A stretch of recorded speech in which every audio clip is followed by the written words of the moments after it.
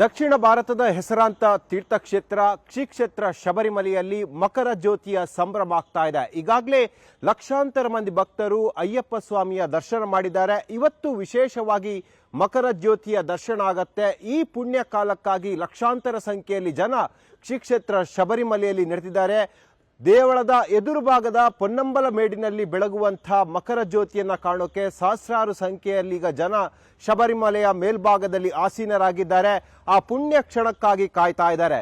ಸಂಜೆ ಸುಮಾರು 6:30ರಿಂದ 6:45 ಹೊತ್ತಿಗೆ ಆ ನಡುಭಾಗದಲ್ಲಿ ಪೊನ್ನಂಬಲ ಮೇಡಿನಲ್ಲಿ ಜ್ಯೋತಿಯನ್ನು ಬೆಳಗಲಾಗತ್ತೆ. ಅದಕ್ಕಿಂತ ಮುಂಚೆ ನಕ್ಷತ್ರ ಒಂದು ಬಹಳ ಸೂಕ್ಷ್ಮವಾಗಿ ಬಹಳ ಆಕರ್ಷಣೀಯವಾಗಿ ಹೊಳೆಯುತ್ತೆ. ಆ ನಕ್ಷತ್ರವನ್ನು ಹೊಳೆಯೋಕೆ ಜನ ಈಗ ತುದಿಕಾಲಿನಲ್ಲಿ ಕಾಯ್ತಾ ಇದ್ದಾರೆ. ಪುಣ್ಯ ಮಂಡಲ ಕಾಲ ವ್ರತವನ್ನ ಮಾಡಿ ಶಬರಿಮಲೆಗೆ ಹೋದಂಥ ಕೋಟ್ಯಾಂತರ ಮಂದಿ ಭಕ್ತರು ಈ ಕ್ಷಣಕ್ಕಾಗಿ ಕಾಯ್ತಾ ಇರ್ತಾರೆ. ಈ ನಿಟ್ಟಿನಲ್ಲಿ ಶಬರಿಮಲೆಯಲ್ಲಿ ಸಾಕಷ್ಟು ಸಿದ್ಧತೆಗಳನ್ನು ಕೂಡ ಮಾಡಲಾಗಿದೆ, ಸಾಕಷ್ಟು ತಯಾರಿಗಳನ್ನು ಕೂಡ ಮಾಡಲಾಗಿದೆ. ಇವತ್ತು ಮಧ್ಯಾಹ್ನ ನಂತರವಾಗಿ ಯಾವುದೇ ಭಕ್ತರಿಗೆ ಶಬರಿಮಲೆ ಶ್ರೀ ಅಯ್ಯಪ್ಪ ಸ್ವಾಮಿಯ ದರ್ಶನ ಸಿಗೋದಿಲ್ಲ. ಅವರಿಗೆ ಸಿಗೋದು ಇವತ್ತು ಸಂಜೆ ವೇಳೆ, ಅಂದ್ರೆ ದೀಪಾರಾಧನೆಯ ಬಳಿಕ ದರ್ಶನದ ವ್ಯವಸ್ಥೆಯನ್ನ ಮಾಡಲಾಗಿದೆ.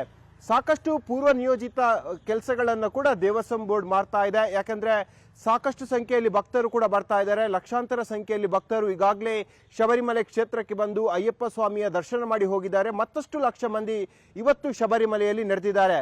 ಹಾಗಾಗಿ ಸಾಕಷ್ಟು ಪೂರ್ವವಾಗಿ ಸೂಚನೆಗಳನ್ನ ದೇವಸ್ವಂ ಬೋರ್ಡ್ ಕೊಟ್ಟಿದೆ. ದೇವಸ್ಥಾನದ ಮೇಲ್ಭಾಗ, ಅಂದ್ರೆ ಆ ಮೇಲ್ಭಾಗದ ಗುಡ್ಡದಲ್ಲಿ ಕೂತ್ಕೊಳ್ಳುವಂತಹ ಜನ ಇವತ್ತು ಭಜನೆಗಳನ್ನ ಮಾಡ್ತಾರೆ. ಸಂಜೆ ಹೊತ್ತಿಗೆ ಅಲ್ಲಿ ಕರ್ಪೂರದ ಆರತಿಗಳನ್ನ ಮಾಡ್ತಾರೆ. ಇನ್ನೂ ಕೆಲವು ಸ್ವಾಮಿಗಳು ಅಲ್ಲಿ ಊಟದ ವ್ಯವಸ್ಥೆಗಳನ್ನು ಕೂಡ ಮಾಡ್ತಾರೆ. ಹಾಗಾಗಿ ಯಾವುದೇ ಭಕ್ತರು ಆ ಗುಡ್ಡದ ಮೇಲ್ಭಾಗದಲ್ಲಿ ಊಟಕ್ಕಾಗಿ ಬೆಂಕಿಯನ್ನ ಉರಿಸಬಾರ್ದು. ಎಲ್ಲ ಭಕ್ತರಿಗೆ ಬೇಕಾದಂತಹ ಅನ್ನದಾನದ ವ್ಯವಸ್ಥೆಯನ್ನ ಶ್ರೀ ಕ್ಷೇತ್ರದ ಆಡಳಿತ ಮಂಡಳಿ ಮಾಡುತ್ತೆಂಬ ಮನವಿಯನ್ನ ಕೂಡ ಮಾಡ್ಕೊಂಡಿದ್ದಾರೆ. ಮತ್ತೊಂದು ಕಡೆ ನೀಲಿಕಲ್ ಆಗಿರ್ಬೋದು, ಅಪ್ಪಾಚಿಮೇಡು ಆಗಿರ್ಬೋದು, ಗಣೇಶ್ ಬೆಟ್ಟ ಆಗಿರ್ಬೋದು, ಪಂಬೆಯಲ್ಲಿ ಕೂಡ ಜ್ಯೋತಿಯ ದರ್ಶನ ಮಾಡ್ತಾರೆ. ಅಲ್ಲಿ ಕೂಡ ಭಕ್ತರಿಗೆ ನಿಲ್ಲೋಕೆ ಅಲ್ಲಿ ವ್ಯವಸ್ಥೆಗಳನ್ನ ದೇವಸ್ವಂ ಬೋರ್ಡ್ ಮಾಡ್ತಾ ಇದೆ. ಈ ನಿಟ್ಟಿನಲ್ಲಿ ಇವತ್ತು ಶಬರಿಮಲೆಯ ಕ್ಷೇತ್ರದಲ್ಲಿ ಆಗುವಂತಹ ವಿಶೇಷ ಕ್ಷಣಕ್ಕೆ ಸಾಕಷ್ಟು ಸಂಖ್ಯೆಯಲ್ಲಿ ಜನ ಕೂಡ ಸಾಕ್ಷಿ ಆಗ್ತಾ ಇದ್ದಾರೆ. ಮತ್ತೊಂದು ಕಡೆ ಹಲವು ಕಠಿಣವಾದ ನಿಯಮಗಳನ್ನು ಕೂಡ ಮಾಡಲಾಗಿದೆ.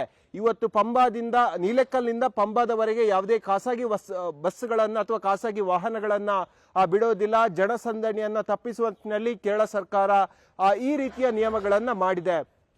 ಮತ್ತೊಂದು ಕಡೆ ಎಲ್ರಿಗೂ ಕೂಡ ಇವತ್ತು ಗುರುತಿನ ಚೀಟಿಯನ್ನ ಕಡ್ಡಾಯ ಮಾಡಿದೆ. ಯಾಕಂದ್ರೆ ಸಾಂಪ್ರದಾಯಿಕ ಮಾರ್ಗ ಎರಿಮೆಲೆಯಿಂದ ನೇರವಾಗಿ ಕರಿಮಲೆ ಮಾರ್ಗವಾಗಿ ಪಂಬಾಗೆ ಬರುವಂತಹ ಭಕ್ತರಿಗೆ ಗುರುತಿನ ಚೀಟಿ ಕಡ್ಡಾಯವನ್ನ ಮಾಡಲಾಗಿದೆ. ಯಾಕಂದ್ರೆ ಇವತ್ತಿನ ಗುರುತಿನ ಚೀಟಿ ಇಟ್ಕೊಂಡವರಿಗೆ ಮಾತ್ರ ಆ ಸಾಂಪ್ರದಾಯಿಕ ಮಾರ್ಗದಲ್ಲಿ ನಡೆದುಕೊಂಡು ಹೋಗೋಕೆ ಅವಕಾಶವನ್ನ ಮಾಡಿಕೊಡಲಾಗಿದೆ. ಯಾರಲ್ಲಿ ಆ ಗುರುತಿನ ಚೀಟಿ ಇಲ್ಲ ಅಥವಾ ಮುಂದಿನ 4-5 ದಿನಗಳ ಗುರುತಿನ ಚೀಟಿಯನ್ನು ಹಿಡ್ಕೊಂಡಿರ್ತಾರೆ, ಅವರನ್ನ ಮತ್ತೆ ವಾಪಸ್ ಕಳಿಸುವಂತ ಕೆಲಸವನ್ನ ಅಲ್ಲಿ ಪೊಲೀಸರು ಮಾಡ್ತಾ ಇದ್ದಾರೆ. ಯಾಕಂದ್ರೆ ಸಾಂಪ್ರದಾಯಿಕ ಕಾಡು ಮೇಡಿನ ದಾರಿಯಲ್ಲಿ ಕೂಡ ಜನಸಂದಣಿ ಆಗುವಂತಹ ಸಾಧ್ಯತೆಗಳು ಕೂಡ ಇದೆ.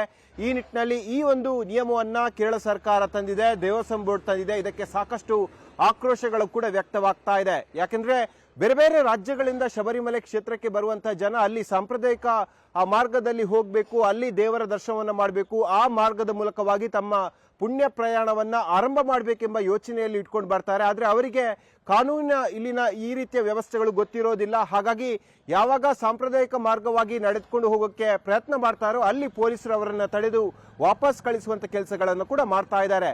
ಈ ನಿಟ್ಟಿನಲ್ಲಿ ಹಲವು ನಿಯಮಗಳನ್ನ ಇವತ್ತು ಶ್ರೀ ಕ್ಷೇತ್ರ ಶಬರಿಮಲೆಯಲ್ಲಿ ಮಾಡಲಾಗಿದೆ. ನಿಯಮಗಳ ಹೊರತಾಗಿಯೂ ಕೂಡ ಇವತ್ತಿನ ಪುಣ್ಯ ಸಮಯವನ್ನ ಕಣ್ತುಂಬಿಕೊಳ್ಬೇಕು, ಅಲ್ಲಿ ಬೆಳಗುವಂತಹ ಜ್ಯೋತಿಯನ್ನ ಕಣ್ತುಂಬಿಕೊಳ್ಬೇಕು ಎಂಬ ನಿಟ್ಟಿನಲ್ಲಿ ಸಾಕಷ್ಟು ಸಂಖ್ಯೆಯಲ್ಲಿ ಭಕ್ತರು ಕೂಡ ಶಬರಿಮಲೆಯಲ್ಲಿ ಕಾಯ್ತಾ ಇದ್ದಾರೆ. ಈ ನಿಟ್ಟಿನಲ್ಲಿ ಸುಮಾರು 3,000ಕ್ಕೂ ಹೆಚ್ಚು ಪೊಲೀಸರು ಶಬರಿಮಲೆಗೆ ಭದ್ರತೆಗೆ ನಿಯೋಜನೆಗೊಂಡಿದ್ದಾರೆ. ಇನ್ನು ಕೆಳಭಾಗದಲ್ಲಿ ಅಂದ್ರೆ ಪಂಬಾ ಆಗಿರ್ಬೋದು, ನೀಲಿಮಲೆ ಆಗಿರ್ಬೋದು, ಮರಕೂಟಂ ಆಗಿರ್ಬೋದು, ಮುಂತಾದ ಪ್ರದೇಶಗಳಲ್ಲಿ ಸಾಕಷ್ಟು ಪೊಲೀಸರ ಭದ್ರತೆಯನ್ನು ಕೂಡ ಮಾಡಲಾಗಿದೆ. ಯಾಕಂದ್ರೆ ಮೇಲ್ಭಾಗದಲ್ಲಿ ಜನಸಂದಣಿ ಜಾಸ್ತಿ ಆದ್ರೆ ಕೆಳಭಾಗದಲ್ಲಿ ಅವರನ್ನ ಮೇಲ್ಭಾಗಕ್ಕೆ ಹತ್ತುವಂತ ಭಕ್ತರನ್ನ ತಡೆಯುವಂತ ಕೆಲಸವನ್ನ ಅಲ್ಲಿ ಪೊಲೀಸರು ಮಾಡ್ತಾರೆ. ಈ ನಿಟ್ಟಿನಲ್ಲಿ ಕೇರಳ ಸರ್ಕಾರ ಮತ್ತು ದೇವಸ್ವಂ ಬೋರ್ಡ್ ಕೈಗೊಂಡಂತಹ ಎಲ್ಲ ನಿರ್ಧಾರಗಳಿಗೆ ಭಕ್ತರು ಸಹಕಾರವನ್ನ ಕೊಡಬೇಕು ಎಂಬ ಮನವಿಯನ್ನ ಈಗ ಕೇರಳ ಸರ್ಕಾರ ಮಾಡ್ತಾ ಇದೆ. ಹಾಗಾಗಿ ಸುಮಾರು 6:30ರಿಂದ 6:45 ಹೊತ್ತಿಗೆ ಬೆಳಗುವಂತಹ ಜ್ಯೋತಿ ಅದು ನೋಡೋಕೆ ಸಾಕಷ್ಟು ಸಂಖ್ಯೆಯಲ್ಲಿ ಜನ ಕೂಡ ಈಗ ತುದಿಕಾಲ್ನಲ್ಲಿ ಕಾಯ್ತಾ ಇದ್ದಾರೆ. ಮತ್ತೊಂದು ಕಡೆ ಜನವರಿ 12ನೇ ತಾರೀಕು ಪಂದಳದ ಅರಮನೆಯಿಂದ ದೇವರ ತಿರುವಾಭರಣ ಹೊರಟಿರುವಂತದ್ದು. ಅದು ಇವತ್ತು ಸಂಜೆ ಸುಮಾರು 5:30 6 ಗಂಟೆ ವೇಳೆಗೆ ಸುಮಾರು 6:15 ಹೊತ್ತಿಗೆ ಸನ್ನಿಧಾನವನ್ನ ತಲುಪುತ್ತೆ. ಸುಮಾರು 35 ಮಂದಿ ಏನು ಅರ್ಚಕರ ವರ್ಗ ಏನಿದೆ ಅವರು ತಿರುವಾಭರಣವನ್ನು ಹೊತ್ತುಕೊಂಡೇ ಪಂದಳದಿಂದ ಸುಮಾರು 35 ಕಿಲೋಮೀಟರ್ ದೂರ ಇರುವಂತಹ ಶಬರಿಮಲೆಗೆ ಬರ್ತಾರೆ. ಹಾಗಾಗಿ ತಿರುವಾಭರಣ ಬರುವಂಥ ಎಲ್ಲ ದಾರಿಗಳಲ್ಲಿ ಪೊಲೀಸ್ ಭದ್ರತೆಯನ್ನು ಮಾಡಲಾಗಿದೆ. ಹಲವು ದೇವಸ್ಥಾನಗಳಿಗೆ ಹೋಗಿ, ಹಲವು ಬೇರೆ ಬೇರೆ ಭಾಗಗಳಿಗೆ ಹೋಗಿ ಅಲ್ಲಿ ಪೂಜೆ ಪುನಸ್ಕಾರವನ್ನು ಪಡೆದುಕೊಂಡು ಇವತ್ತು ಪಂಬಾವನ್ನು ದಾಟಿ ತಿರುವಾಭರಣ ಸಂಜೆ ಸುಮಾರು 6 ಗಂಟೆ ವೇಳೆಗೆ ದೇವಸ್ಥಾನಕ್ಕೆ ಬರುತ್ತೆ. ಈ ನಿಟ್ಟಿನಲ್ಲಿ ಆ ಭಾಗದಲ್ಲಿ ಕೂಡ ಸಾಕಷ್ಟು ವ್ಯವಸ್ಥೆಗಳನ್ನು ಮಾಡಲಾಗಿದೆ. ಅದರಲ್ಲಿ ಒಂದು ತಿರುವಾಭರಣದ ಪೆಟ್ಟಿಗೆ ದೇವರ ಗರ್ಭಗುಡಿಗೆ ಹೋದ್ರೆ ಮತ್ತೆರಡು ತಿರುವಾಭರಣದ ಪೆಟ್ಟಿಗೆಗಳು ದೇವಸ್ಥಾನದ ಹಿಂಭಾಗದಲ್ಲಿರುವಂತಹ ಮಣಿಮಂಟಪಕ್ಕೆ ಹೋಗುತ್ತೆ. ಅಲ್ಲಿ ಜನವರಿ 19ನೇ ತಾರೀಕು ಗುರ್ತಿ ಪೂಜೆ ಕೂಡ ಆಗುತ್ತೆ. ಹಾಗಾಗಿ ಪಂದಳದಿಂದ ಬರುವಂತಹ ಆಭರಣ ಅದು ಬಹಳ ವಿಶೇಷವಾಗಿದೆ. ಇದಕ್ಕೆ ಹಲವು ಐತಿಹಾಸಿಕ ಕಾರಣಗಳು ಕೂಡ ಇದೆ, ಐತಿಹಾಸಿಕ ಕಥೆಗಳು ಕೂಡ ಇದೆ.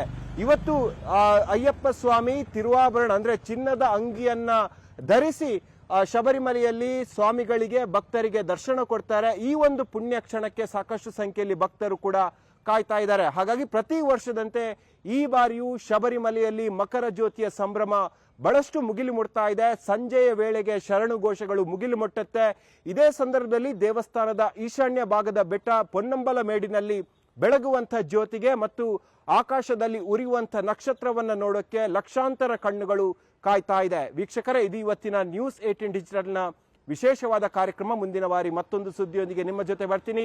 ಅಲ್ಲಿ ತನಕ ಎಲ್ಲ ಡಿಜಿಟಲ್ ಪ್ಲಾಟ್ಫಾರ್ಮ್ಗಳಲ್ಲಿ ನ್ಯೂಸ್ 18 ಅನ್ನ ಫಾಲೋ ಮಾಡ್ತಾರೆ ಅಂತ ಹೇಳುತ್ತಾ ಈ ಕಾರ್ಯಕ್ರಮವನ್ನು ಮುಗಿಸ್ತಾ ಇದ್ದೀನಿ. ಜಾಲ ನಮ್ಮದು, ಬಲ ನಿಮ್ಮದು. ನಿರ್ಭೀತ, ನಿಷ್ಪಕ್ಷಪಾತ, ವಿಶ್ವಾಸಾರ್ಹ ಸುದ್ದಿಗಳಿಗೆ ಮತ್ತೊಂದು ಹೆಸರಾಗಿರೋ ನ್ಯೂಸ್ 18 ಕನ್ನಡ ಈಗ ಆಪ್ನಲ್ಲೂ ಲಭ್ಯ ಇದೆ. ದಯವಿಟ್ಟು ಇಲ್ಲಿರೋ QR ಕೋಡ್ ಅನ್ನ ಸ್ಕ್ಯಾನ್ ಮಾಡಿಕೊಂಡು ಆಪ್ ಡೌನ್ಲೋಡ್ ಮಾಡೋದಕ್ಕೆ ಮರಿಬೇಡಿ. ನಿಮ್ಮ ಬೆಂಬಲ ಹೀಗೆ ಸದಾ ನಮ್ಮೊಂದಿಗಿರಲಿ. ಧನ್ಯವಾದ.